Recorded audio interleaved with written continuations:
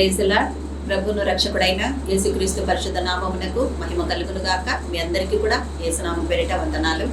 దేవాది దేవుడు మనల్ని ప్రేమించి తన కృపాహస్తంలో భద్రపరచుకొని మనల్ని ఇంకొక నూతన దినములోనికి మనల్ని నడిపించిన సర్వోన్నతుని ఘనపరుస్తూ ఈ దినానికి గాను ఆయన ఇచ్చిన వాక్కును అందుకొని ఆ మహోన్నతుని ఘనపరుస్తూ ముందుకు కొనసాగుతామండి. దేవాది దేవుడికి స్తోత్రములు. ఆయన తన 12 మంది శిష్యులను పిలిచి అపవిత్రాత్మలను వెళ్ళగొట్టుటకును, ప్రతి విధమైన రోగమును, ప్రతి విధమైన వ్యాధిని స్వస్థపరచుటకును వారికి అధికారం ఇచ్చెను. మత్తయి సువార్త 10వ అధ్యాయము 1వ వచనమును దేవుడి రోజు మనకు వాగ్దానంగా అనుగ్రహిస్తున్నారండి. చదవబడిన వాక్యము, ఆయన తన 12 మంది శిష్యులను పిలిచి అపవిత్రాత్మలను వెళ్ళగొట్టుటకును, ప్రతి విధమైన రోగమును, ప్రతి విధమైన వ్యాధిని స్వస్థపరచుటకును వారికి అధికారం ఇచ్చెను అని దేవుడు సెలవిస్తున్నాడు. ఇక్కడ ఎవరికి అధికారం ఇచ్చారు? 12 మంది శిష్యులకు మాత్రమే అధికారం ఇచ్చారా అండి? కాదు కదా. ఆ 12 మంది శిష్యులకు మాత్రమే ఆయన దేవాది దేవుడు కాదు కదా. అంటే ఆయన వచ్చినప్పుడు సువార్త ప్రకటిస్తున్న సమయంలో ఆయన ఈ లోకములో ఉన్నప్పుడు ఆయనతో పాటు ఉన్నవాళ్ళు 12 మంది శిష్యులండి. ఆయనకు సమీపంగా సన్నిహితంగా ఉన్నవాళ్ళు. అయితే ఆ 12 మంది శిష్యులను కూడా పిలిచి దేవుడు అంటున్నాడు, అపవిత్రాత్మలను వెళ్ళగొట్టుటకును, ప్రతి విధమైన రోగమును, ప్రతి విధమైన వ్యాధిని వెళ్ళగొట్టుటకును, స్వస్థపరచుటకును వారికి అధికారం అనుగ్రహించెను అని దేవుడు మాట్లాడుతున్నాడు. ప్రియ సహోదరి సహోదరుడా, ఈరోజు దేవుడు నీతో నాతో మనందరితో మాట్లాడుతూ సెలవిస్తున్నటువంటి మాట, ఆయన భూమి మీద ఉన్న దినాలలో ఆయన శిష్యులను పిలిచాడు. ఈరోజు మనల్ని మన పరలోక తండ్రి వాక్యము ద్వారా పిలిచి మనతో మాట్లాడుతున్నాడు. తన చిత్తాన్ని మన పట్ల బయలుపరుస్తున్నారు. ఏమై ఉన్నది ఆ చిత్తం అంటే, మొదటిగా అపవిత్ర ఆత్మలను వెళ్ళగొట్టడానికి, రెండవది ప్రతి విధమైన రోగమును, ప్రతి విధమైన వ్యాధిని స్వస్థపరచుటకు వారికి అధికారం ఇచ్చాను. దేవుడు అంటున్నాడు, తన శిష్యులను పిలిచి యేసయ్య వాళ్ళను ఒక అధికారముతో కూడిన మూడింటిని స్వస్థపరచడానికి, వెళ్ళగొట్టడానికి దేవుడు అధికారం అనుగ్రహించారండి. ఈరోజు మనకు కూడా ఇచ్చారు ఆ అధికారాన్ని. ఎప్పుడైతే ఆయన రక్తము చేత కడగబడి ఆ పరిశుద్ధని మార్గములోనికి మనం వస్తామో ఆ సమయములో ఆ పరిశుద్ధాత్మ దేవుని అభిషేకమును మనం అందుకున్న వెంటనే దేవుడు అనుగ్రహించిన ప్రతి ఒక్క అధికారమును మనము కూడా స్వతంత్రించుకొని ఉన్నామండి కదా. కానీ అన్ని విషయాలలో లేక మనమున్న పరిస్థితులలో, సమస్యలలో ఉన్నప్పుడు, అంధకార సంబంధమైనటువంటి క్రియలలో మనం ఉన్నప్పుడు, దుష్టుడి చేతుల్లో మనం ఉన్నప్పుడు ఏమైపోతుంది? దేవుడు మనకు అనుగ్రహించిన అధికారాన్ని మనం ఎక్కువగా గుర్తించలేము, జ్ఞాపకం చేసుకోలేమండి.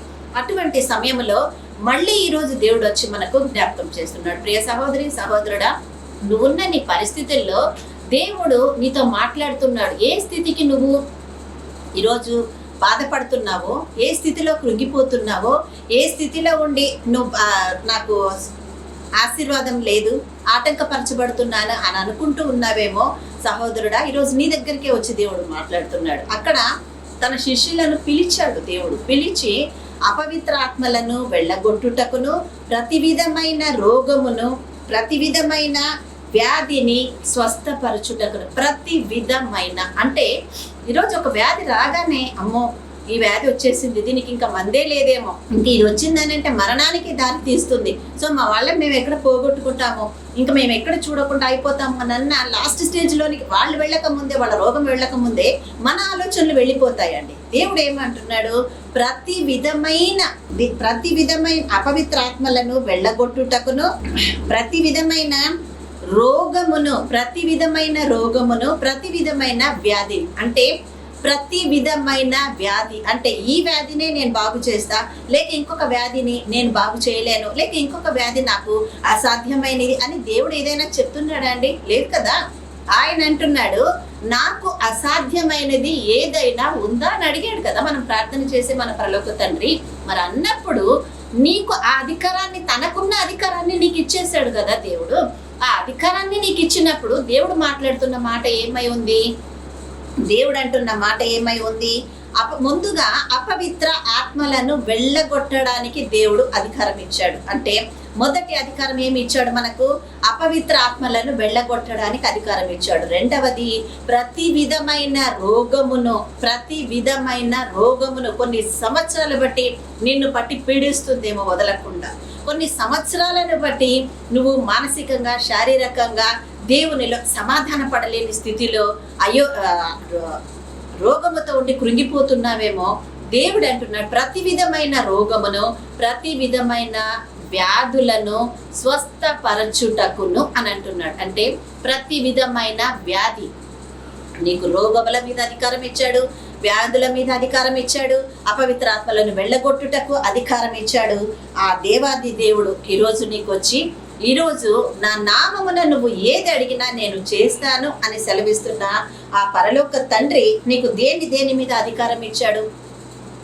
నీకొక అధికారాన్ని దేవుడు ఈరోజు ఇచ్చానని నీ దగ్గరకు వచ్చి నీతో గుర్తు చేస్తున్నాడండి దేవుడు. కాబట్టి భయపడకండి, ఏ విషయంలో కూడా కృంగిపోకండి. లేదమ్మా, ఎన్నెన్నో హాస్పిటల్స్ తిరిగామమ్మా, ఎక్కడెక్కడికో వెళ్ళేసి వచ్చాము, కానీ మా రిపోర్ట్స్ నార్మల్ రావట్లేదు, ఇంకా డాక్టర్సే డిక్లేర్ చేసేసినారు మేము ఇంకా ఉండలేమేమో, ఇంకా కొంతకాలంలో పోతామన్నామా, లేక మా వాళ్ళను పోగొట్టుకుంటామనో చెప్పారు. కాదండి, ఆయుష్ని ఇచ్చింది దేవాది దేవుడు.